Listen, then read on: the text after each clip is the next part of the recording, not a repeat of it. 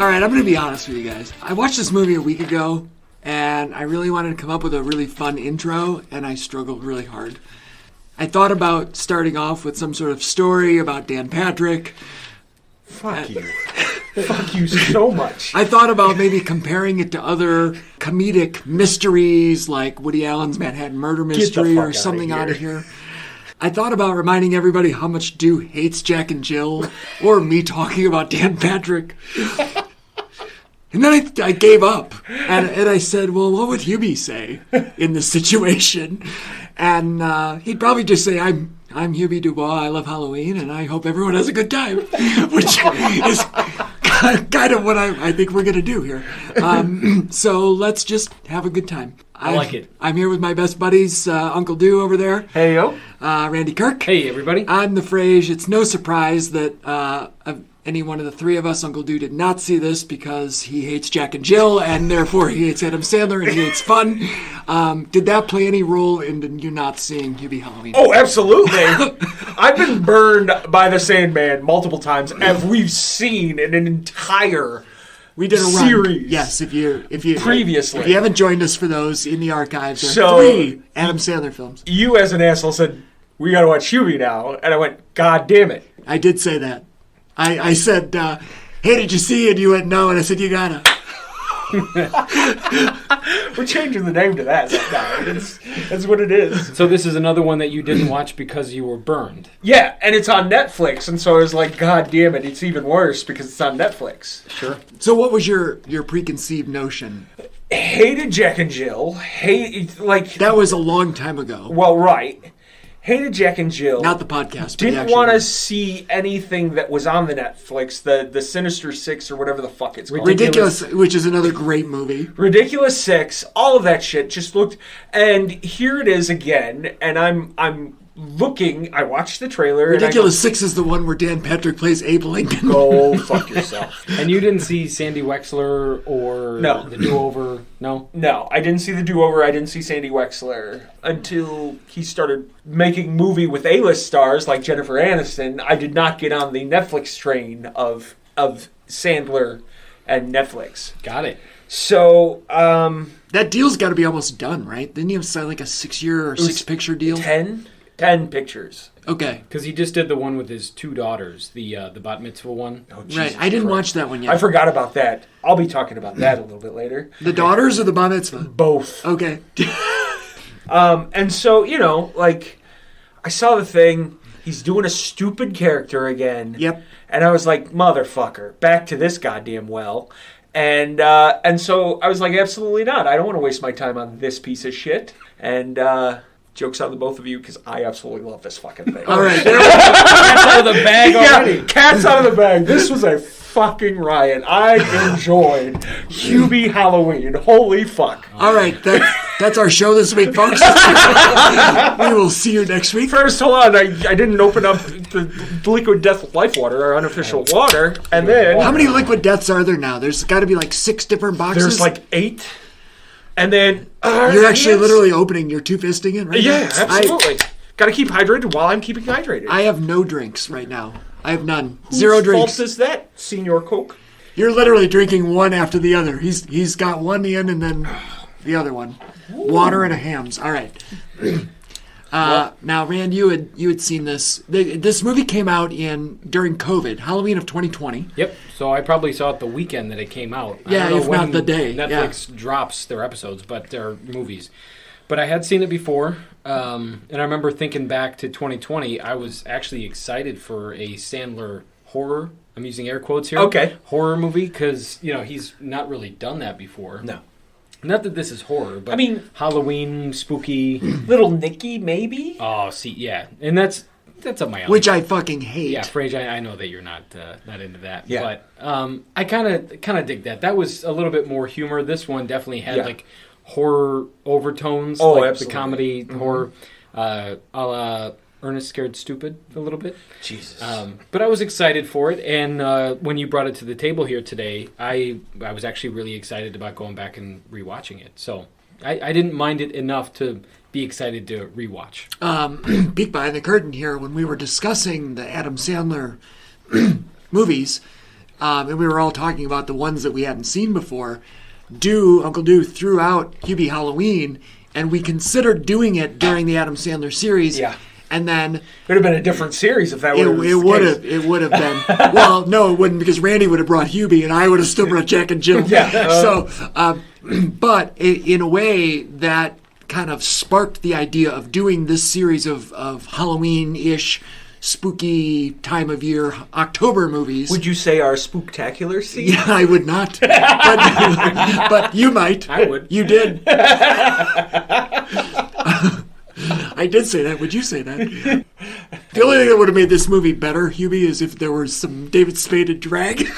Get the fuck David out of my Spade house. at all would have helped this movie. And not that it was bad. I just David Spade. Yeah, a little bit in general, David Spade, right? Yeah. All right. So I guess before we, what was your preconceived before you saw it the first time, Randy? I was excited is to that see the I guess you did version, just say that, but I thought this is going to be silly. Yes. It's going to be the dumbest thing I've ever watched, but I'm still kind of excited about it because I, like Frasier, am a Sandler guy. And not to say that you're not a Sandler guy, but I geek out over Sandler. Typically anything that he's in, I'll just go watch because he's in it. I'm the same way. Like if there's a new Sandler movie, it's equal to some of the other, it's like chooser. If there's a new Sylvester Stallone movie, Randy's going to be the first one to drop down his dollars to watch it. Except maybe Expendables 4. Ben Forbles? Ben Forbles, yeah. Expendables 4, I might skip completely, but whatever. But I completely attribute that to It's going to be on Stars in like a week, is what they said. Like a month. I'm still going to skip it. I might not. But I attribute it to us being SNL kids. Yes. And being Billy Madison, Happy Gilmore. Like, we got, two bangers right out the gate from Sandler.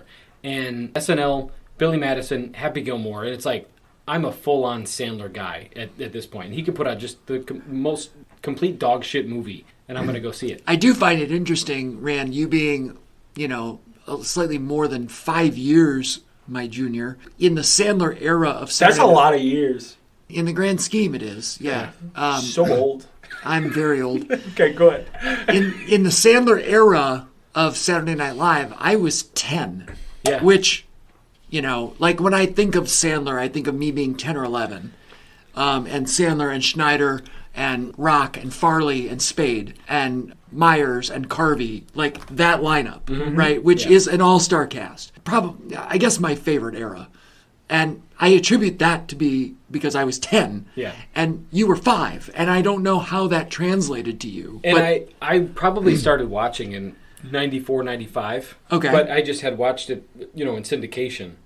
Sure. Because they would play them in order while they were being Even then they did that? I'm pretty positive Yeah. that they did. Okay. And I forget which... Comedy Central. Was it Comedy Central? Okay. VH1 did the same thing, which was unheard of at the time. Yep. So I wasn't watching them live. I mean, at 5, 6 years old, right? Wasn't old enough to. You're not staying up unless it's Saturday night's main event, taking the place of. You know what's really funny? You say Carvey and Myers in there, and Myers stuck a little bit longer, but Carvey was on his way out. When those 4 came in, and I'm like, I always find that funny when people lump them all together. It's the same way like Will Ferrell was before all of his group too, and they lump him in. And I was just going to say, because I think my era is really the Will Ferrell era, and I don't really, which has Catan and Fallon and Horatio Sands. Yeah, and I associate with it because I watched it every week. Sure, but I identify more with the Sandler and Chris Rock and Tim Meadows and David Spade. Tim Meadows always gets forgotten. Yeah. Oh, but he's great. Obviously. We're going to talk about Tim Meadows here in a minute. Oh, we will. But yeah, so I completely attribute that to SNL and everything because we're just Sandman guys for life. God, you reminded me that he made a new one with his daughters, and that pisses me off even more. With the bar mitzvah. I was like, what? Okay. I like it. Skipping forward about acting and whatnot. I was like, who the fuck is he? He's Kevin Smith now? He's going to put all his fucking kids in the movie the whole fucking time? It's so funny that you complain about nepotism all the time, and Sandler has put his wife and kids in the last 15 movies. Have they really been in that much? Well, yeah. They were in Hubie. Well, yeah, now Hubie. Yeah. And I was like, what the fuck, Kevin Smith? But I don't mind it. I going figure all the way back to I do have to say, Hubie Halloween, it was light doses, right? They were like, you didn't really know. The way that Smith puts his progeny and his wife and everything. Progeny? Mm-hmm. Okay, go ahead. You're welcome. You put that in your notebook for word of the day? I might. I'm going to write it down right now. Okay. The word of the day is progeny. So Kevin Smith puts him, he's like, hey, I married this. Look at me. I'm a slob. I married this. And it's that whole, like, sort of situation. And so, a little bit of that turns me off, but the fact that it was in small doses, I wasn't as annoyed, but I was like, Jesus. Well, Kevin Smith in general is a little bit more shameless and a little bit more in your face than Sandman is. Yeah. And so I was like, that's the one part of me that I was like, I don't know about this. But, as we said before, I absolutely love this movie. So, what do we start this with? Technical or just from the beginning here, real quick? I love that Stiller reprised his role from Happy Gilmore. Absolutely. As Hell-El? Yeah. Oh my God. He walked in and I, holy fuck, really? And from like the first line that he uttered when he goes, did you go a little pee-pee and you're sleepy? Yeah. And again, it's one of those where, it sets the tone and that I thought it was going to be stupid and it is. Yes, and it was a delight. Like, this movie is riddled with cameos. Mm-hmm. And I thought, what a great way to... I feel like Ben Stiller's role in Happy Gilmore was so iconic. Yeah. If that's the right word, that to bring him back in some other random role... Well, I feel like people would just be reminded of Hell-El, Yeah. And they'd be like, oh, yeah, Sandler, but he's not as good as Happy Gilmore. Right. So the only way to really, comp is to just reprise the role, which is friggin' beautiful. It is. So this was Steve Brill, and you can tell it's not a Dugan because they get to be silly, but not to the point where it's like, oh, my fucking God. Like, I mean, there are a few points where it's, oh my fucking God. So, what I think why I like this one so much is there's something more endearing about Sandler when it's making fun of Sandler himself. Like, everybody's like making fun of Sandler, or Sandler's playing it's self-deprecating. the butt of the joke. Now, in Jack and Jill, it was Sandler making fun of himself, and it was just not good, right? When it's everybody else, and he's like, oh, I'm an everyman, it sucks, but I'm going to keep going. There's something endearing about it. It's a little bit more to the heart. It's a little bit more, there's something a little bit more genuine of that. It's less mean-spirited. It does have some mean spirit to it, because all of these people are terrible, who are making fun of this poor man and his Swiss Army knife thermos, which is a tremendous running gag in a movie, and they kept it running. A movie filled with running gags, and I wrote down several. And there's something different about the way that he approached Hubie to anything. Like, Little Nicky's the same thing. That's a Stephen Brill, but it was a little bit more genuine. It looked like he was having fun instead of looking for a payout. I think that the genuine comes from Netflix money. Yeah. It's not Jack and Jill, though, so... But he probably just had a lot of fun just saying, hey, fuck it, I'm just going to go out there and make this movie. And that's... Uncut Gems was 2019, right? Right. The year before? So it was right after, and he was probably just like, I have a contractual obligation with Netflix, so fuck it. Yeah, there's a lot of the sweetness to it. The Cameron, what's his name, who had passed from Bryce. Boyce. From the Grown Ups. He was a big fan of him, and he was actually supposed to be the South Asian Freddie Mercury's character. Okay. Which was hilarious. He was actually a co-star on a lot of Disney shows that Cameron was on.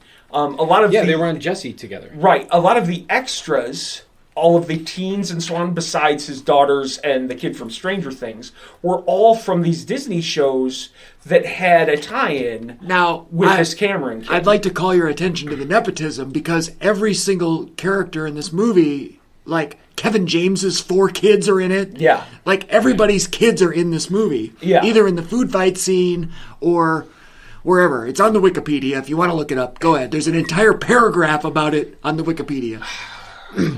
That's too much. I'm not a big fan of the Kevin James. Like, they could have put anybody else but Kevin James in that character. I didn't mind it. I love the beard. I love it, yeah. He was a little Dog the Bounty Hunter for me, but it's fine. You got a hall pass, bro? Everything about this movie is you can tell that the Sandman has an appreciation for either horror or Halloween or scary. Everything in this movie had a little bit of everything, right? The mayor of Salem had an outrageous coat like the mayor of Amity in Jaws. Yeah. The car in the drive-in looked just like Christine. There was a lot of homage. There was a lot of homage, and He lived on Elm Street, I think, right? right, Yeah. Elm Street. A lot of the scenes through the mask. Is there anything? Is this the most screen time Steve Buscemi has had within the last 5 years in a movie? I don't know. I don't know. I mean, he wasn't in it a ton. 3 of the last 5 years are just like a blur Right. because of COVID and striking and all kinds of things. I can't tell you the last time I was like, oh, Steve Buscemi's in this movie. I'm going to go see the Steve Buscemi movie. Voice acting. Right. So he's just doing movies that you can't see him in. So you might be right. Yeah. By the way, Hubie is a great nickname. That's probably why he picked the name Hubie in the first place. Mm-hmm. It's because it rhymes with puby. Yeah, I mean, I loved every minute about everything in this movie. Just, I guess, an early note here is that his voice is awful. Yeah. And I mean, it ranks up there with some of the worst Sandler voices. I would disagree with that. It is bad, but it's bad on purpose. But I also don't think... I would take this over the Jill voice any day. I would agree with that. But I also appreciate that the Jill voice was intended to be hated, whereas I don't think this one was. I think on special needs without being offensive. Too on the nose? Yeah. Like, Hubie's on the spectrum, right? Like, in theory. He only eats soup. Including 4 different kinds of soups intermixed. What? You popped with the soup? Dude. I love soup. It's so fucking bad. The soup? Yeah. I love that I got you with that. Randy legit just had to stop talking and teared up. All right, sorry. All right, we're going back to the voices here. Dude. All right, sorry. That made my night tonight. I win. I win tonight. You win tonight. But, yeah, so you had texted both Frasier and I about June Squibb. Holy shit. The shirt gag? The shirt gag with June Squibb. Oh my god, June Squibb. Fuck you, Julie Roberts. June Squibb is now America's sweetheart. I swear Julia Roberts has not been America's sweetheart for at least 15 years. That's true. Well, I mean, June Squibb is wait. now. Other than June Squibb, I mean, in the year 2023, who would we say is America's sweetheart today? Oh, Jesus Christ. It's got to be, what's her name, from Hunger Games, right? Is it Jennifer Lawrence? Jennifer I Lawrence. don't No. know. I mean, about Taylor Swift? I was going to say Taylor Swift. But she hasn't acted in anything. Well, I don't think doesn't acting have to be actress, Then right? it's Taylor Swift. It's got to be Taylor Swift. Yeah. It's got to be Taylor Swift. But I do think Jennifer Lawrence took a turn. I don't know if it was recently, but I think there was an era. What? There was a period of time when a certain scandal happened, and poor Jennifer Lawrence was associated in it. And then her stock kind of soured at that point in time. And so, unfortunately... she took some time off, and she had a baby, and now she's sort of back, and it's okay. I'm pretty sure that after Julia Roberts, it was Reese Witherspoon for a while. Sandy Bullock. Sandy Bullock took a turn. Yeah. I mean, maybe not at the same time. Maybe there were shorter term. Mm-hmm. Roberts had a longer term. Sure. But I think Taylor Swift has it in the bag for quite a while now. In the mid '90s, because I mean, we're getting way off here. Julia Roberts, she's probably stopped in the mid '90s. Was it ever at any point Meg Ryan? I would argue yes, but because I'd say pre Julia Roberts. Actually. Yeah, I would think her stock was real high pre Julia Roberts, pre Pretty Woman. You go pre, because I know when Harry Met Sally was '89, but then also she came back and she did the French Kiss and all that. Yeah, but Roberts, I feel like Roberts extended all the way through Erin Brockovich. Yeah. In 01. And God, that was so late. Because even like the Mexican was late '90s, right? Yeah. Erin Brockovich, God, yeah, crazy. She had legs on her. That's what I'm saying. And I think America's Sweetheart. I think she was Sweetheart for a long time. Yeah. And so interspliced that we had Sandy Bullock's Speed, and that's where she endured to America. Miss Congeniality. Yeah, and then right. Miss Congeniality, and then so all of that. Bullock was like right after Roberts then. But maybe not America's, but in our hearts, June Squibb. Absolutely. June Squibb. Okay. Right. She better be in America's The hearts. boner donor herself. Boner donor. That I love because she said, maybe it means I donate mistakes. Yeah. I thought that was great because they carried that running gag. The running gag they of the ran boner. throughout the movie. I left. What was it? I put on pants for this or something like that. Or I shaved my balls. Yeah, I shaved my balls for this. Yes. Holy fuck! And it's funny because how innocent she is at the beginning about the boner donor. Like, there is no mistaking I shaved my balls for this. Like, you can't mistake that for anything. What a boner! Yeah. The whole explanation's, we went to the Goodwill and found these shirts. Right. Me and the friend. And it was like, So holy shit. The other two that I wrote down, other than those two, were the if you can read this, you're in fart range. Oh, fuck yeah. Yes! I would wear that shirt today. Yep. And also, kayaking gets me wet.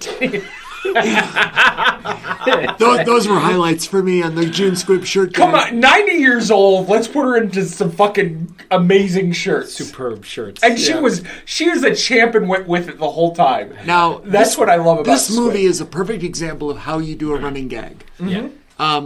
Starting with June Squibb's shirts. Yeah.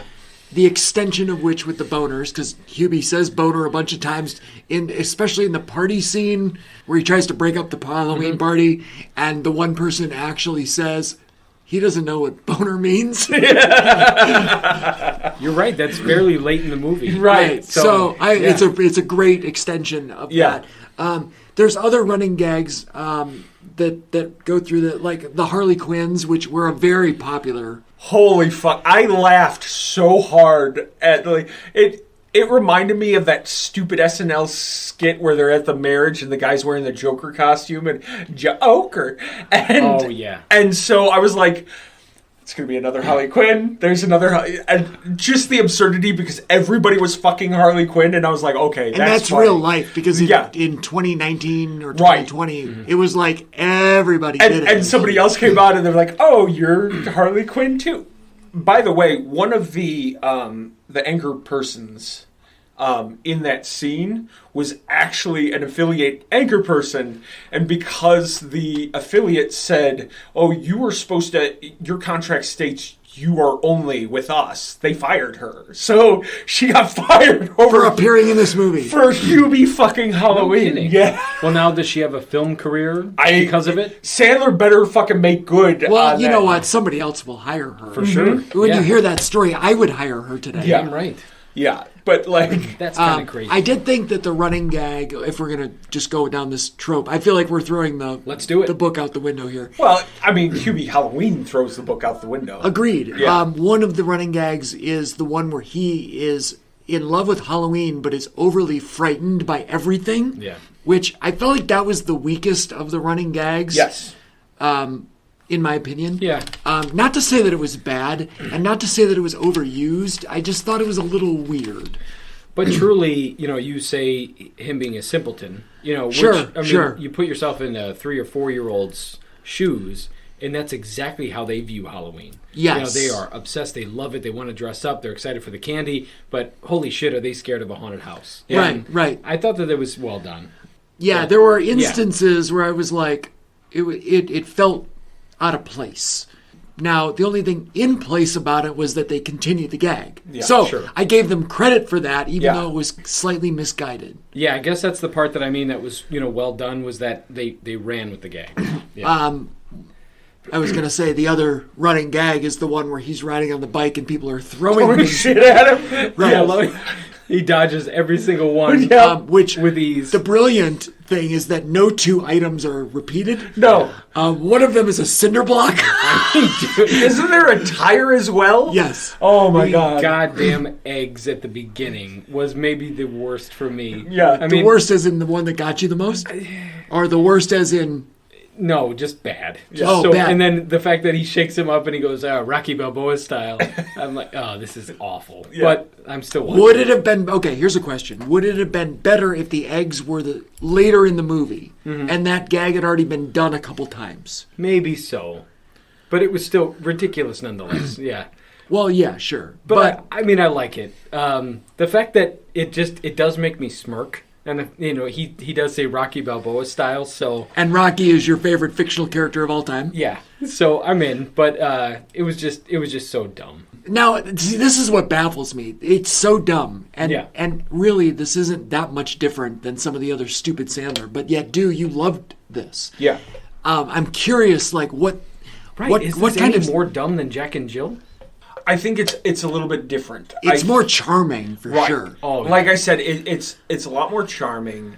He's endearing to it. Like I said, he shows a little bit of vulnerability. The jokes, everybody's joke is against him, and so he kind of sets himself up by being like, I'm the butt of the jokes, you should feel bad about me. And you're like, okay, all right, this simpleton, because we've all known a Hubie Halloween in our lives. That's correct. We have one in our group. And so you're like, oh, it's fun to make fun of him, but like, gosh darn it, it's so... But all the while, Julie Bowen is in love with him.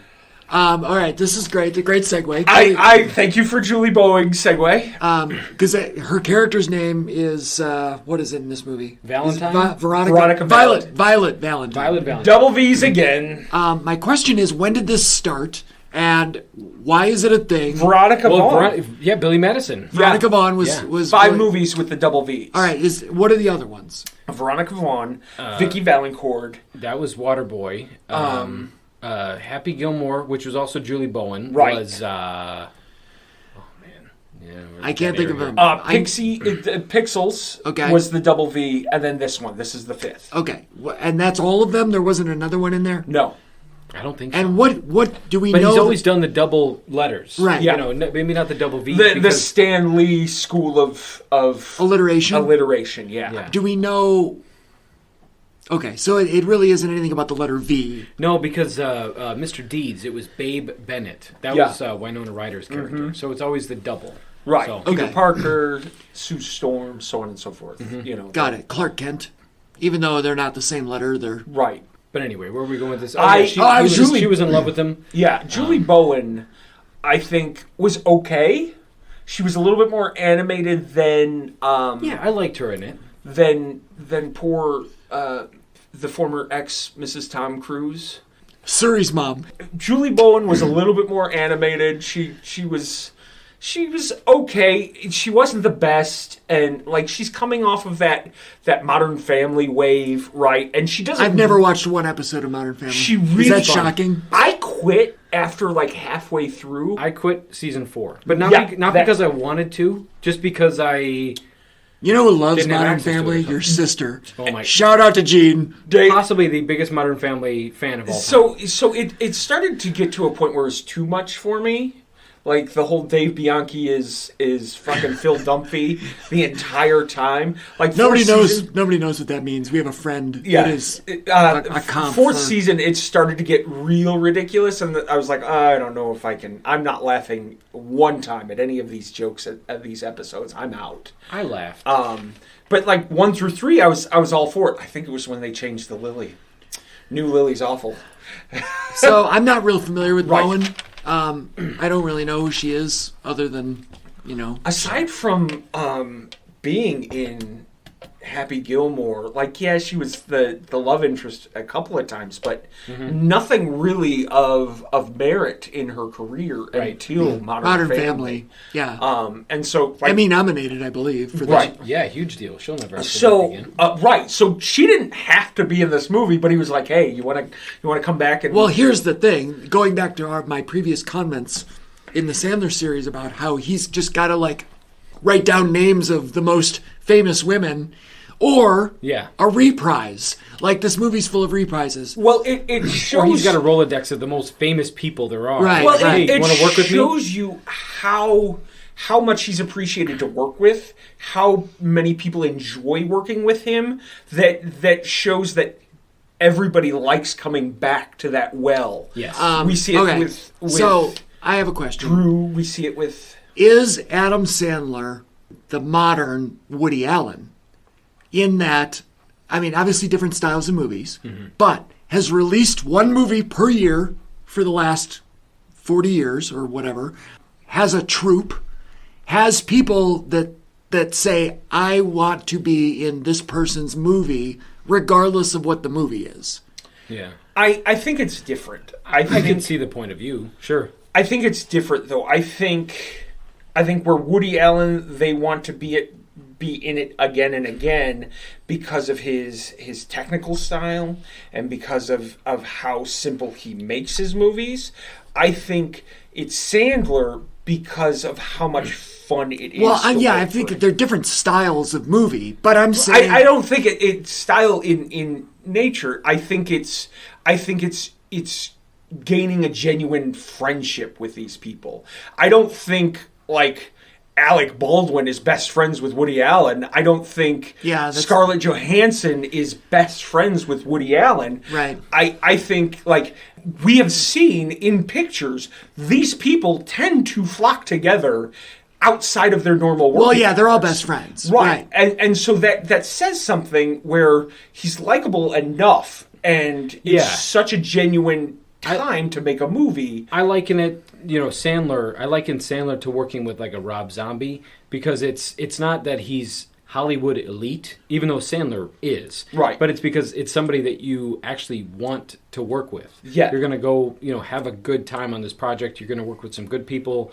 You're going to have some fun. And with Woody Allen, it is kind of like Hollywood elite, where it's like I might be an Academy Award nominated. It's more of a prestige thing. Right. Yes. But I think It's there's the same thing with Scorsese. Like, yeah, I would agree with that. Either way, who would say no to working with Adam Sandler? Right. Really? Well, that's kind of what I'm saying. Yeah. Is I feel like there's this thing about both Sandler and Woody Allen, and maybe not so much anymore because Woody Allen has been, kind of socially ostracized for various things. But they're both uber consistent. Like they produce content annually, and there's kind of this. Like, I would almost argue that there's some prestige to being in a Sandler movie. Obviously, it's not the same. That's what I mean about the Hollywood elite, because, Sandler more so than like a Rob Zombie, because Rob Zombie makes, B, C-level grindhouse flicks. Once every 5 years. Right. And so Sandler is more elite, once in the running for an Academy Award nomination. But, he's just one of those guys that if he makes a movie, we talked about this during our Sandler series. Right. They're going to make money. Like, they filmed Just Go With It because he was like, you guys want to go to Hawaii? Yeah, why the hell not? Like, which, by the way, I think his daughters were in that, even way back when. The Africa one with Blended. Yeah. With Drew Barrymore. Hey, you want to go to Africa? Okay. I didn't like Blended as much. No, Just Go With It was better. Yeah. But yeah, I don't think anybody would say no to working with Adam Sandler. Right. Just say, hey, this is the stupidest movie, the stupidest script I've ever read. Well, but because, and I guess that's because know he's going to be generous with his time and with his money in making that, And he's kind of like Hulk Hogan, right? Like, once he's your friend, like, he will vouch for you and he will fight for you till the end. Well, that's right. It was Spade and Rock. Spade was just on a talk show or his own podcast, and they were talking about how Sandler Sandler sent them Maseratis after grown-ups. Everybody got their own car as a gift. Wow. And so Spade was like, he gets a knock on the door and the car's being dropped off. And they go, well, this is from Mr. Sandler. Yeah. And he goes, oh, Adam wants me to watch his car. He's going away this weekend. He wants me to watch his car for him, or what's going on? And he was talking to Chris Rock on the phone. He goes, oh, you got one too? And he was like, what do you mean you got one too? And he was like, yeah, he gave all of us a car. What did you get? And Chris Rock goes, oh, I got a Corolla. Like it was just a joke about it. But they all got Maseratis for being in Grown Ups. I'll do a callback because I made this point on the Sandler series that we did, but about Rob Schneider. Yeah. Rob Schneider, he did that speech during the award or the Kennedy Honors thing that Adam Sandler got. And Rob Schneider, got up there and he said basically he'd be nowhere without Adam Sandler. Yeah. And just how cool is that? Just saying once you're one of Adam Sandler's guys, like you're in there for life, and you basically like you're taken care of. Right. Like you're one of the good ones. I got you. He is the Brutus Beefcake to Sandler's Hulk Hogan. He really is. Going back to the movie here real quick. Yeah. So we'll talk. I have a couple When of was the last quotes. time you saw Michael Chiklis in anything but The Shield? I didn't watch The Shield. Michael Chiklis was on that Winning Time Lakers show. Oh, no shit. Yeah. Welcome back, Chiklis. And, so he played Red Auerbach. Okay. And it was fantastic. R.I.P. Winning Time. It got canceled, and I cried. We were just talking about that on a previous episode, I think. Didn't I mention it? Yep. Probably because of John C. Reilly. That's exactly right. So I was like, Michael Chiklis, holy shit, commish, coming back for you. Like, But just a point that I had when going back to Violet Valentine, where Hubie is going through the yearbook. It annoyed me the whole time, although I couldn't be mad at it. But he's just talking to himself as he's looking through the yearbook, commenting to himself after every page. You don't do that? that's Never. that's such a Sandler thing too. Like he's going to narrate what he's it's doing. just that exposition, right? It's like he does that so much though. But does that not fit with the character? it totally fits. Now, like Happy Gilmore, I don't think would do that. No. And some of the other ones that Jill absolutely would. Billy Madison, maybe. Right, Jill It's possible. would. Snooty Magazine Day. Yeah. Nudie Magazine Day, that's right. God damn, that's a great movie. Our boy Bert on the wall. Oh yeah, the Bandit. Yep. That's right. Bandit Bert. Speaking of Billy Madison, there's the great callback with the O'Doyle. Yes. Yeah. O'Doyle rules. I love it.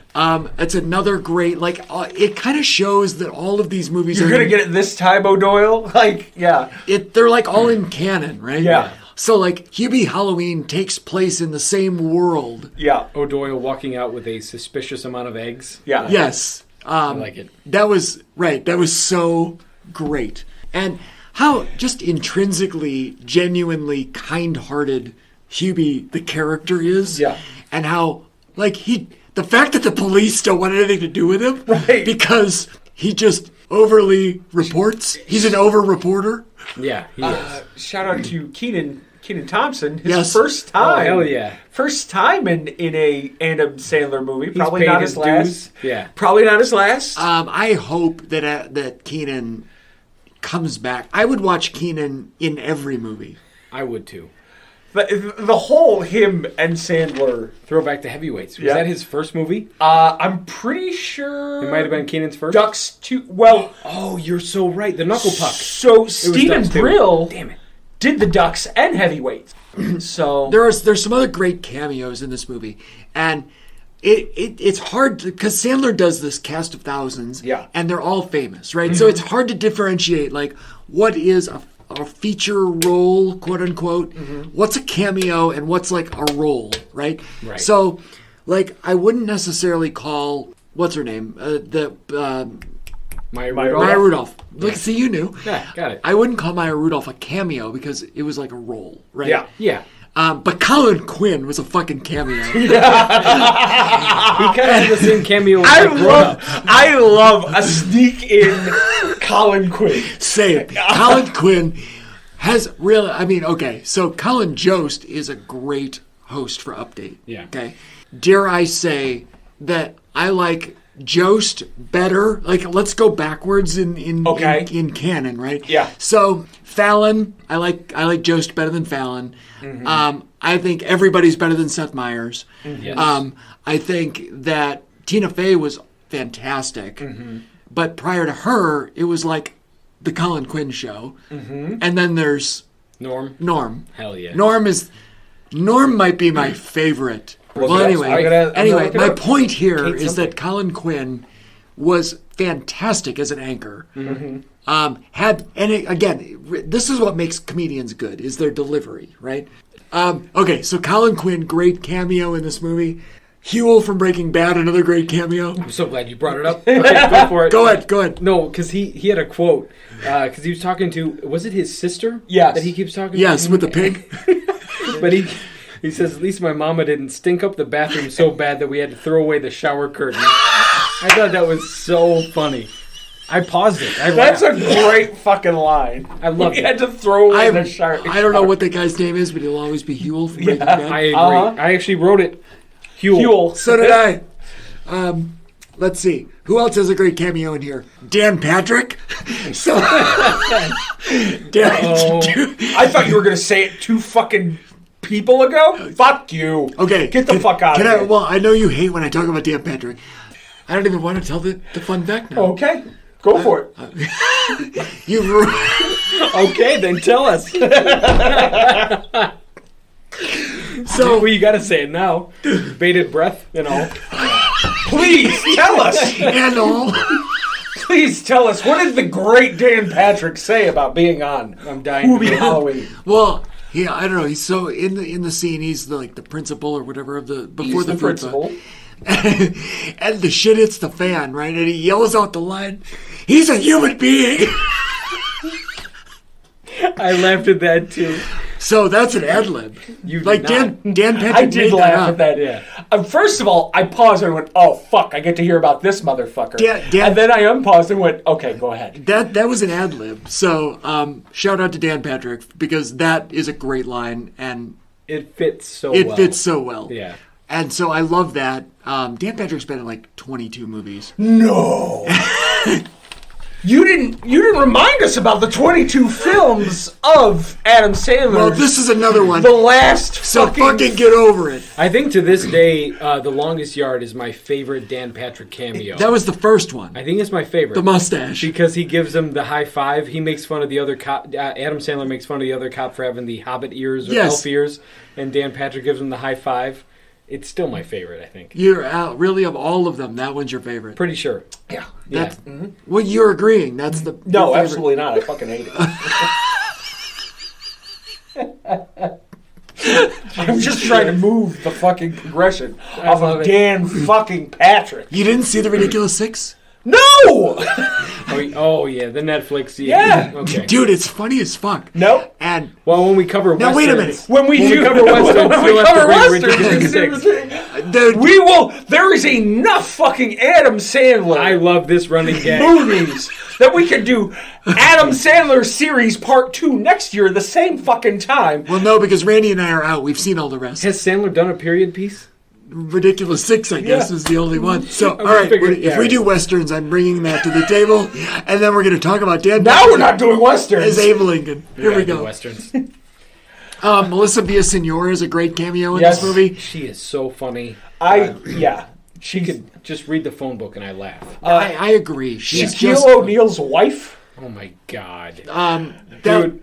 I loved everything about that bit. Yeah. Stupid as it is. She is a fucking riot. She's on that CBS show Ghosts. Oh, is she really? And she's a riot on that. And she's been on a couple of... And she's always just that character. And it's so with fucking the stupid good. Female voice on Shaq. And it's and then the male voice on her. And then of course they eat the sandwich together. Right. And everything about it, you're just like, what the fuck am I watching? But I'm in it. Yeah. Fun fact, that woman that plays the wife and I have the same birthday. Oh. Tim Meadows. I love the bit back and forth between Maya Rudolph and him about her not wanting to have sex with him, and he's all in on her, and he's sucking The on fingers. He's singing, and then the bloopers during the credits, and she's like, "What is that supposed to be? A little penis?" I love Tim Meadows. Tim Meadows as the butt of all of the jokes in the fucking Sandler films is goddamn hilarious. And now, is Meadows actually bald? Because everything he's been in, when it is Sandler related, he's always either bald or... He's got to be bald. He might just shave it by choice. Okay. I don't know. The chemistry between him and Maya Rudolph is so, possibly the best chemistry of anybody in this movie. Yeah. Between two I think characters. it's just because Maya Rudolph's a fucking I was treat. gonna say, I don't think Maya Rudolph could have chemistry with, I think, anybody. Yeah, and a brick. Yeah, the one that was thrown at Hubie as he's riding on sure. the Tim Meadows is a treat. Can't wait to see Maya Rudolph with Dan Patrick. I'm in for that joke. Great chemistry. Go fuck yourself. I like that joke. All right. Okay, I got a few other things, but not a whole lot. I do too. Yeah. Buscemi and Schneider together. Buscemi, let's talk about Buscemi. Steve Buscemi, we all love him for various things that he's done in his career. Yeah. Dude, what's your favorite Buscemi? Historically. Donnie's pretty good in Lebowski. The fucking serial killer in goddamn Con Air is pretty great. Oh, hell yeah. Got the whole world in his hands. I'd probably go Reservoir Dogs for me. It's between Dogs and Fargo for me. Fargo's Fargo. really good, yeah. I have a love-hate relationship with Fargo. I wonder why. So, But I do, Dogs, I mean... If Dan Patrick made Fargo, would you absolutely love it? Mr. Pink is so good. He's awesome. That beginning scene might be one of my favorite, besides Glengarry, Glenn Ross. Mm-hmm. you're saying the opening scene to Reservoir Dogs in the diner. Mm-hmm. Dick, dick, dick, dick, dick, dick, dick. Right. Is possibly one of my favorite, 5-10 minutes of cinema. Like, just because it's so natural and it's so good. It's very true to life because I probably have had a conversation. Can I just like say that diner scene is basically our friendship? Right. Pretty much. And I think that's the reason that it speaks to that. And I think that's the reason why the friends group that we have, shout out to all of our friends that are listening, or the ones that are being forced to listen because we said you need to. I don't know. I feel like that our conversation style is so Tarantino-esque. And that's why we love him. And that's why we like that scene. Because the three of us can picture ourselves in that scene. And this podcast is an extension of that scene. Sure. Yeah. Essentially. So, that's why I do love him in Desperado also. Okay. But it's just it's kind of a bit role. Sure. But it's got to be one of those. But I do love Big Lebowski also. Yeah. But Buscemi, he's underrated. Fargo is awesome. There's not, like... Well, there was paired up with Peter Stormare. Peter Stormare also very underrated. Mm-hmm. All right, go ahead. Sorry. So, go ahead. You were going to say do. So, there's not a Buscemi role where I'm like, Steve Buscemi. He's one of those all-around actors where I'm like, I'm very pleasantly surprised and I enjoy this. Yes. So in this movie, in Hubie, they start right off the bat, and they show you Buscemi, and they set up Buscemi to be like the bad guy, right? And what I actually really like about Hubie as a movie is that there's a little mystery to it. Sure. It becomes a whodunit in the most PG kind of way. Like Sandler does some family-friendly type items. This is kind of one of them. There's some moments that are scary, and there's some kind of adult topics that are breached at times. Say your 9-year-old enjoyed Hotel Transylvania 2 years ago. It wouldn't be a leap to watch this. You can go, hey, do you remember the Dracula guy in Hotel Transylvania? Well, this is the guy who, let's watch this movie. It's very apropos. In that scene, that setting up Buscemi, I turned to my wife, Rachel, and I went, when the fuck did Steve Buscemi get that old? Because I said, it'd been 5-10 years since I've actually physically seen him. Did y'all watch Boardwalk Empire? No. I started it, but never got to finish. And not because I didn't want to. I made it through like season 2 or 3, and then I was like, I hear that a lot. I watched the first season. Peaky Blinders, and I also hear that's that way too. Peaky Blinders is good. Yeah. But, and so Spirited Places are blue boobs.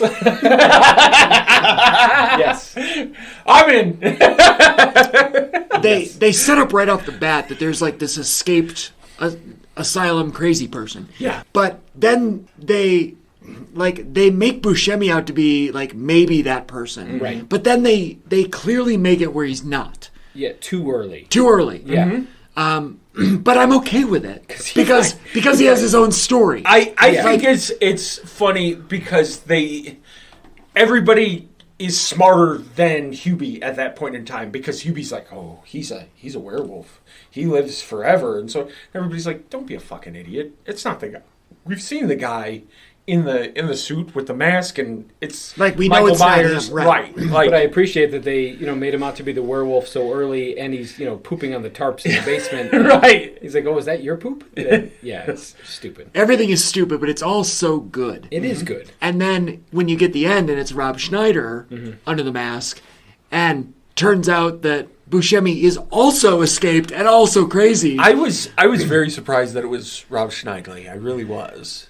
We're sitting on the absolute bench at the police station, and he goes, I'm peeing right now, and he's peeing. Yes, it's awesome. I was like, oh, okay, all right, okay, but yeah, let's get going here. I think we're at a good place. You don't have any more comments about things that you liked? How about the Marco Polo joke where he yells out Marco and somebody says weirdo, and then Marco and then asshole? That was funny. I like that.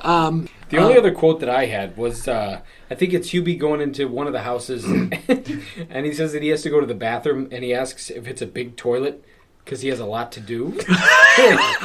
Like that made me laugh.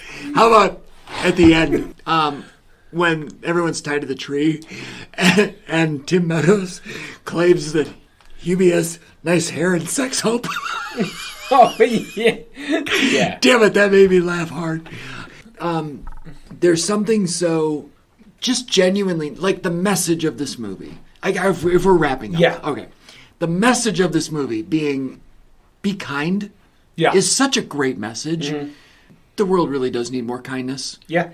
I think it goes back to Sandler. I think Sandler grew up in a time, late 60s, 70s, where just people were better. And he kind of grew up with that, and then kind of saw, he sees it through the eyes of, of himself, where he's like, the world is not nice. And you could see it in like all the throwbacks that he does in some of his movies, like Anger Management, or where he plays, or Click, where he plays a kid version of himself. And, it's just such a better time. Yeah.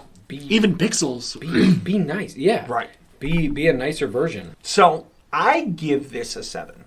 Okay. You liked it that much? I did, but I don't think I'll ever watch it again. I saw it though. I may throw it on for Halloween. 7 says you'll watch it again. I probably will, because I fucking love a June Squibb running joke. Holy fuck. June Squibb is a delight. And I love think the fact that she ends up being the bad guy, but for altruistic reasons. Right. I think I would watch it again, because I'd like to. It's one of those films like you're going to catch something every time you fucking watch it that you didn't watch it before.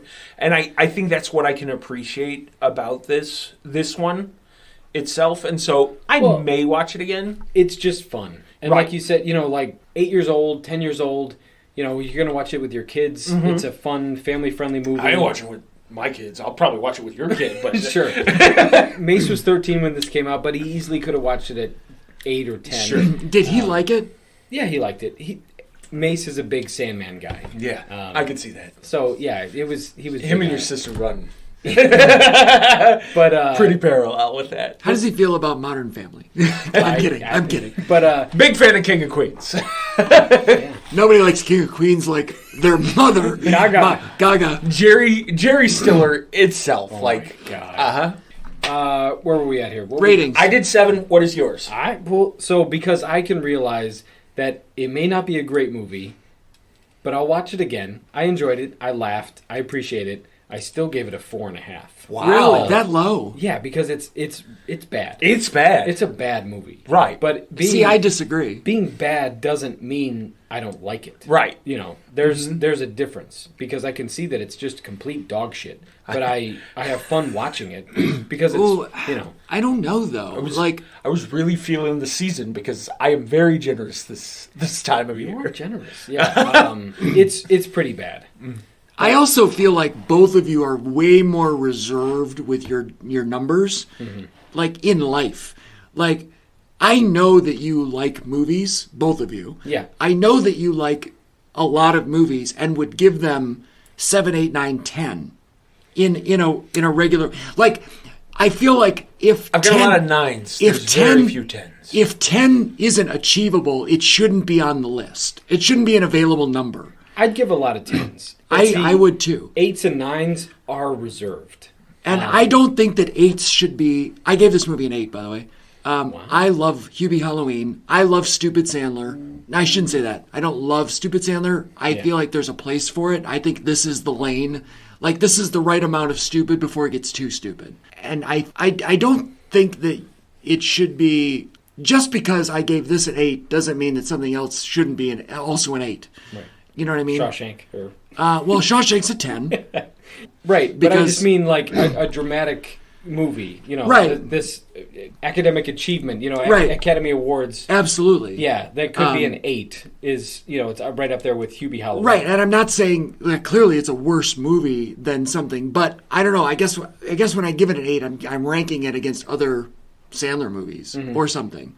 I think that's where my 7 is too. That I'm not ranking it against the world. I'm ranking it against Sandler movies. Right, and that's just how I feel too. Just the amount that I enjoyed it is an 8. My enjoyment is an 8. Maybe the movie isn't an 8, but my enjoyment's an 8. And that's how I track this is the movie itself, because my enjoyment is. I guess I would probably put it at a 7, but the movie itself, which I think is our goal here, is 4.5. Because Sandler as a whole, I would put Happy Gilmore at probably a 9. Okay. I mean, Happy Gilmore is high. Bulletproof is also high. Oh, I love Bulletproof. I mean, Click is probably a 7. Some deep cuts there with that Bulletproof. Yeah, but I mean, he's got some fantastic movies. But Hubie it's on the lower end for me. Sure. And Jack and Jill is obviously much. I think it was a 2.5, if I recall correctly. I guess if I'm being a little more realistic, maybe 7.5 is better than 8. Yeah. But all right, I'm going to change myself to 7.5. Okay. But I mean, again, if it's our enjoyment out of it, then we can change our scales a little bit. But from a movie perspective, I go 4.5. I feel like it's both for me. Like it's weighted, right? I can't. I think that there are some movies out there in the world that are technically really good, but I hate them. Citizen Kane is normally rated a 10. I would give it a 3. Yeah. Well, it's Ernest Scared Stupid, too. Because Ernest Scared Stupid, I know going into it every time, I have this nostalgic thing with Ernest Scared Stupid. I don't like it. It's a 3.5, but damn it, it's fun. And I'm going to have a good time. Yeah. But I know it's awful. And every bit of it, I feel that it's awful. Sure.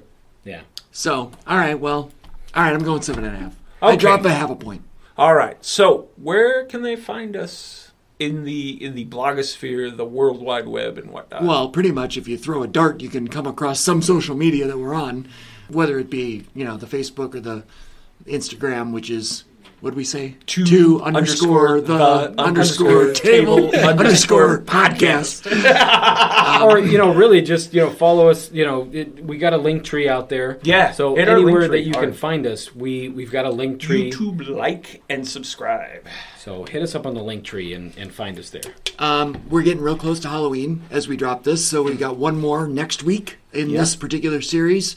Rand, you're going to be bringing a black and white classic. I am, yeah. The first super excited. Universal Monsters, ever on this show. Yeah. I'm going to be bringing the Wolfman to close out our Halloween spooktacular. The spooktacular. Yes, I'm still not on board with this branding. I don't like it. I love that as much as I hate Dan Patrick. Yeah, that's funny. Dan Patrick not in the Wolfman, sadly. So thank God. But well, anyway, thank you all for joining us again this week, everybody, and we will see you next week. Adios. Have a spooky day. Shut up.